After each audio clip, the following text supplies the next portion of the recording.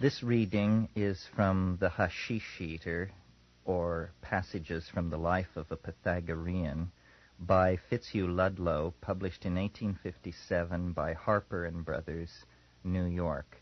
This was the first of the American hashish exposés, and many feel the best.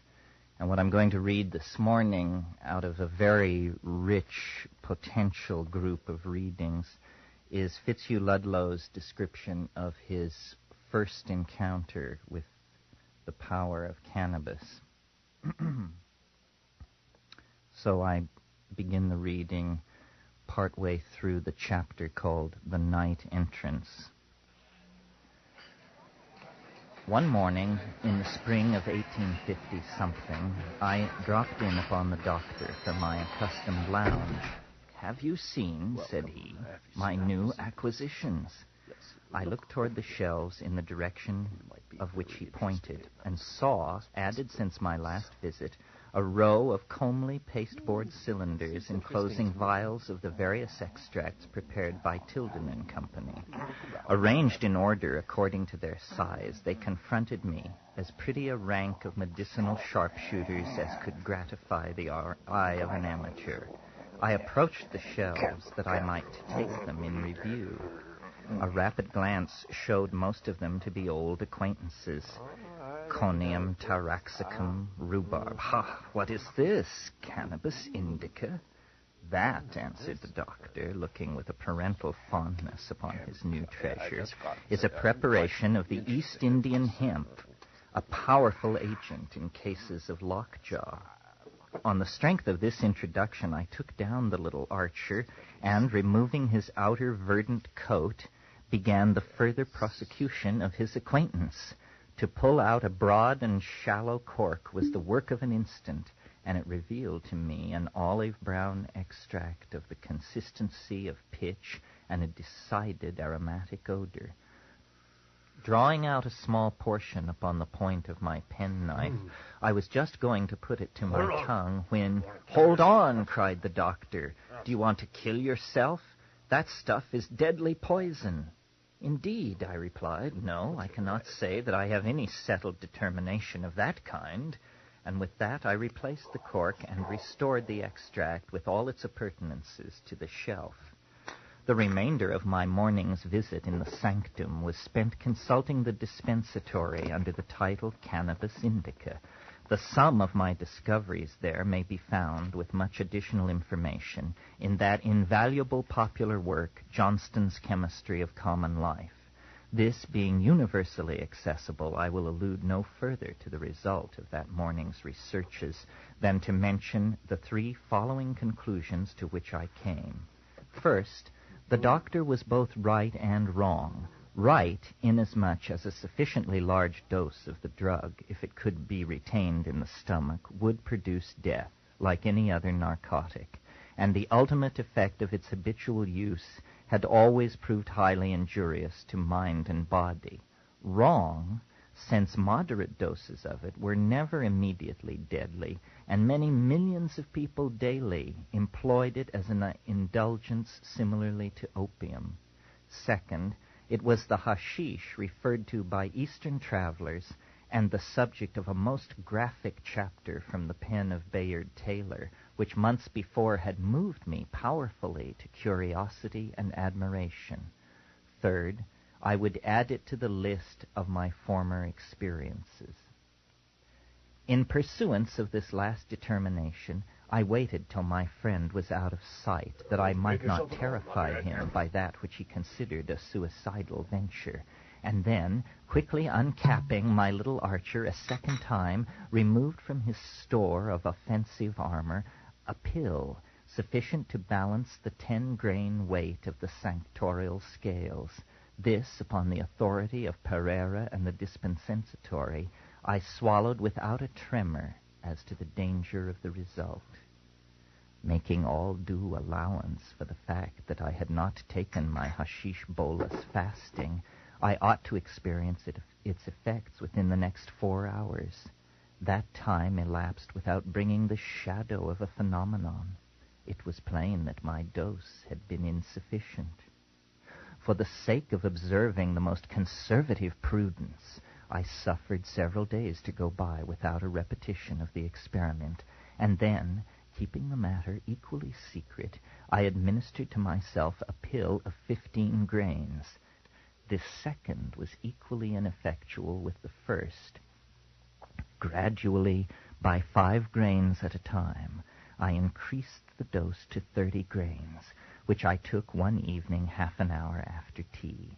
I had now almost come to the conclusion that I was absolutely unsusceptible of the hashish influence, without any expectation that this last experiment would be more successful than the former ones, and indeed with no realization of the manner in which the drug affected those who did make the experiment successfully. I went to pass the evening at the house of an intimate friend. In music and conversation the time passed pleasantly. The clock struck 10, reminding me that 3 hours had elapsed since the dose was taken, and as yet not an unusual symptom had appeared. I was provoked to think that this trial was as fruitless as its predecessors. Ah, what means this sudden thrill? A shock, as of some unimagined vital force, shoots without warning through my entire frame, leaping to my fingers' ends, piercing my brain, startling me till I almost spring from my chair. I could not doubt it. I was in the power of the hashish influence. My first emotion was one of uncontrollable terror, a sense of getting something which I had not bargained for. That moment I would have given all I had or hoped to have to be as I was 3 hours before. No pain anywhere, not a twinge in any fiber, yet a cloud of unutterable strangeness was settling upon me and wrapping me impenetrably in from all that was natural or familiar. Endeared faces well known to me of old surrounded me, and yet they were not with me in my loneliness. I had entered upon a tremendous life which they could not share. If the disembodied ever return to hover over the hearthstone which once had a seat for them, they look upon their friends as I then looked upon mine. A nearness of place, with an infinite distance of state, a connection which had no possible sympathies for the wants of that hour of revelation, an isolation none the less perfect for seeming companionship. Still, I spoke. A question was put to me, and I answered it. I even laughed at a bon mot. Yet it was not my voice which spoke, perhaps one which I once had far away in another time and another place. For a while I knew nothing that was going on externally, and then the remembrance of the last remark which had been made returned slowly and indistinctly, as some trait of a dream will return after many days, puzzling us to say where we have been conscious of it before. A fitful wind all the evening had been sighing down the chimney. Now it grew into the steady hum of a vast wheel in accelerating motion. For a while this hum seemed to resound through all space. I was stunned by it. I was absorbed in it. Slowly the revolution of the wheel came to a stop, and its monotonous din was changed for the reverberating peal of a grand cathedral organ. The ebb and flow of its inconceivably solemn tone filled me with a grief that was more than human. I sympathized with the dirge-like cadence as spirit sympathizes with spirit, and then, in the full conviction that all I heard and felt was real, I looked out of my isolation to see the effect of the music on my friends. Ah, we were in separate worlds indeed, not a trace of appreciation on any face. Perhaps I was acting strangely. Suddenly a pair of busy hands, which had been running neck and neck all the evening with a nimble little crochet needle over a race ground of pink and blue silk, stopped at their goal, and their owner looked at me steadfastly. Ah, I was found out. I had betrayed myself. In terror I waited, expecting every instant to hear the word hashish. No, the lady only asked me some question connected with the previous conversation. As mechanically as an automaton, I began to reply. As I heard once more the alien and unreal tones of my own voice, I became convinced that it was someone else who spoke, and in another world. I sat and listened. Still the voice kept speaking. Now, for the first time, I experienced the vast change which hashish makes in all measurements of time. The first word of the reply occupied a period sufficient for the action of a drama. The last left me in complete ignorance of any point far enough back in the past to date the commencement of the sentence. Its enunciation might have occupied years. I was not in the same life which had held me when I heard it begun. And now, with time, space expanded also. At my friend's house, one particular armchair was always reserved for me. I was sitting in it at a distance of hardly 3 feet from the center table around which the members of the family were grouped. Rapidly, that distance widened. The whole atmosphere seemed ductile and spun endlessly out into great spaces surrounding me on every side.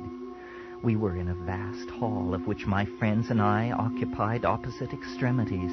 The ceiling and the walls ran upward with a gliding motion as if vivified by a sudden force of resistless growth. Oh, I could not bear it.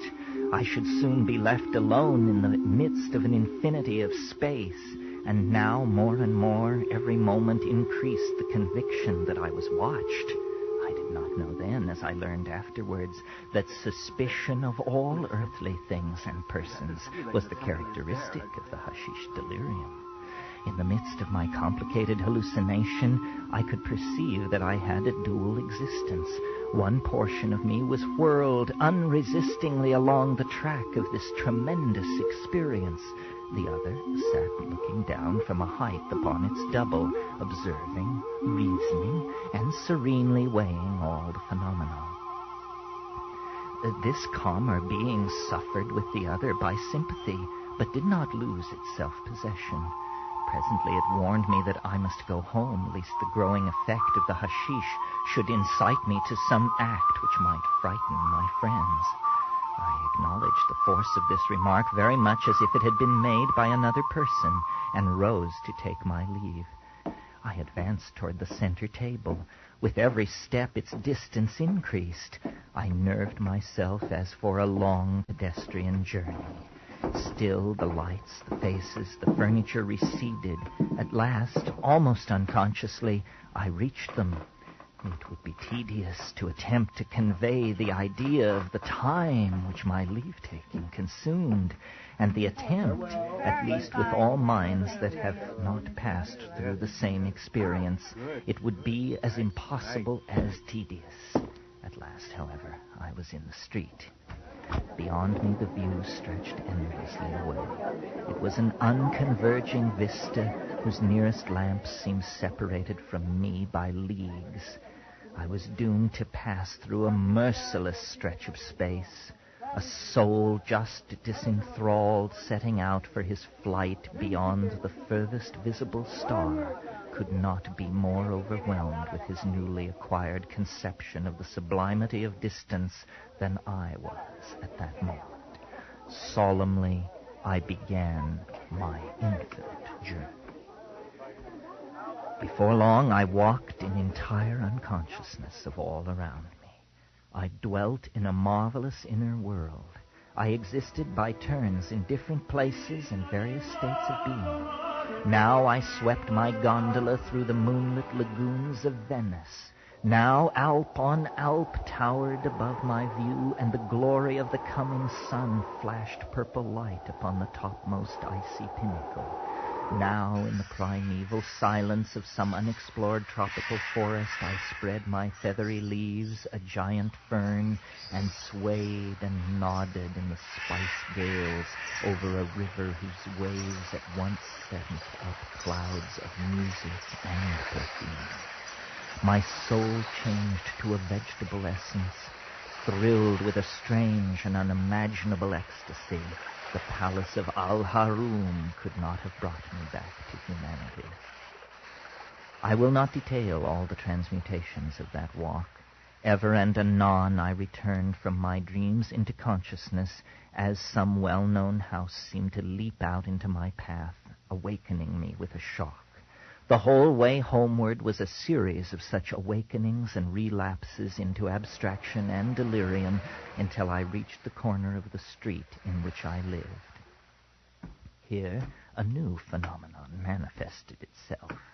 I had just awakened for perhaps the 20th time, and my eyes were wide open. I recognized all surrounding objects and began calculating the distance home. Suddenly, out of a blank wall at my side, a muffled figure stepped into the path before me. His hair, white as snow, hung in tangled elf locks on his shoulders, where he carried also a heavy burden, like unto the well-filled sack of sins which Bunyan places on the back of his pilgrim. Not liking his manner, I stepped aside, intending to pass around him and go on my way. This change of our relative position allowed the blaze of a neighboring streetlight to fall full on his face, which had hitherto been totally obscured. Horror unspeakable! I shall never, till the day I die, forget that face. Every lineament was stamped with the records of a life black with damning crime. It glared upon me with a ferocious wickedness and a stony despair which only he may feel who is entering on the retribution of the unpardonable sin. He might have sat to a demon painter as the ideal of Shelley's Cenci. I seemed to grow blasphemous in looking at him, and, in an agony of fear, began to run away. He detained me with a bony hand which pierced my wrist like talons, and slowly taking down the burden from his own shoulders, laid it upon mine. I threw it off and pushed him away. Silently he returned and restored the weight. Again I repulsed him, this time crying out, "Man, what do you mean?" What do you mean? In a voice which impressed me with the sense of wickedness as his face had done, he replied, You shall bear my burden with me. And a third time laid it on my shoulders. For the last time I hurled it aside and, with all my force, dashed him from me. He reeled backward and fell, and before he could recover his disadvantage, I had put a long distance between us. Through the excitement of my struggle with this phantasm, the effects of the hashish had increased mightily. I was bursting with an uncontrollable life. I strode with the thews of a giant. Hotter and faster came my breath. I seemed to pant like some tremendous engine. An electric energy whirled me resistlessly onward. I feared for myself lest it should burst its fleshy walls and, glance on, leave a wreck of framework behind it. At last, I entered my own house. During my absence, a family connection had arrived from abroad and stood ready to receive my greeting. Partly restored to consciousness by the naturalness of home faces and the powerful light of a chandelier which shed its blaze through the room, I saw the necessity of vigilance against betraying my condition, and, with an intense effort suppressing all I felt, I approached my friend and said all that is usual on such occasions. Yet, recent as I was from my conflict with the supernatural, I cast a stealthy look about me that I might learn from the faces of others if, after all, I was shaking hands with a phantom and making inquiries about the health of a family of hallucinations. Growing assured, as I perceived no symptoms of astonishment, I finished the salutation and sat down. It soon required all my resolution to keep the secret which I had determined to hold inviolable. My sensations began to be terrific, not from any pain that I felt, but from the tremendous mystery of all around me and within me. By an appalling introversion, all the operations of vitality which, in our ordinary state, go on unconsciously, came vividly into my experience. Through every thinnest corporeal tissue and minutest vein, I could see the circulation of the blood along each inch of its progress. I knew when every valve opened and when it shut. Every sense was preternaturally awakened. The room was full of a great glory. The beating of my heart was so clearly audible that I wondered to find it unnoticed by those who were sitting by my side. Lo, now the heart became a great fountain whose jet played upward with loud vibrations, and a striking upon the roof of my skull as on a gigantic dome, fell back with a splash and echo into its reservoir. Faster and faster came the pulsations, until at last I heard them no more, and the stream became one continuously pouring flood, whose roar resounded through all my frame. I gave myself up for lost, since judgment, which still sat unimpaired above my perverted senses, argued that congestion must take place in a few moments and close the drama with my death. But my clutch would not yet relax from hope. The thought struck me, might not this rapidity of circulation be, after all, imaginary?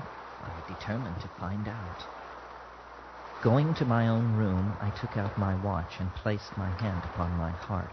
The very effort which I made to ascertain the reality gradually brought perception back to its normal state. In the intensity of my observations, I began to perceive that the circulation was not as rapid as I had thought. From a pulseless flow, it gradually came to be apprehended as a hurrying succession of intense throbs, then less swift and less intense, till finally, on comparing it with the second hand, I found that about 90 a minute was its average rapidity. Greatly comforted, I desisted from the experiment. Almost instantly, the hallucination returned. Again, I dreaded apoplexy, congestion, hemorrhage, and a multiplicity of nameless deaths, and drew my picture as I might be found on the morrow, stark and cold, by those whose agony would be redoubted by the mystery of my end. I reasoned with myself. I bathed my forehead. It did no good. There was one resource left. I would go to a physician. With this resolve, I left my room and went to the head of the staircase. The family had all retired for the night, and the gas was turned off from the burner in the hall below. I looked down the stairs. The depth was fathomless. It was a journey of years to reach the bottom. The dim light of the sky shone through the narrow panes at the sides of the front door and seemed a demon light in the middle darkness of the abyss. I never could get down. I sat me down despairingly upon the topmost step. Suddenly a sublime thought possessed me. If the distance be infinite, I am immortal. It shall be tried. I commenced the descent wearily down through my league-long, year-long journey. To record my impressions in that journey would be to repeat what I have said of the time of Hasheesh. Now stopping to rest as a traveler would turn aside at a wayside inn, now toiling down through the lonely darkness, I came by and by to the end and passed out into the street.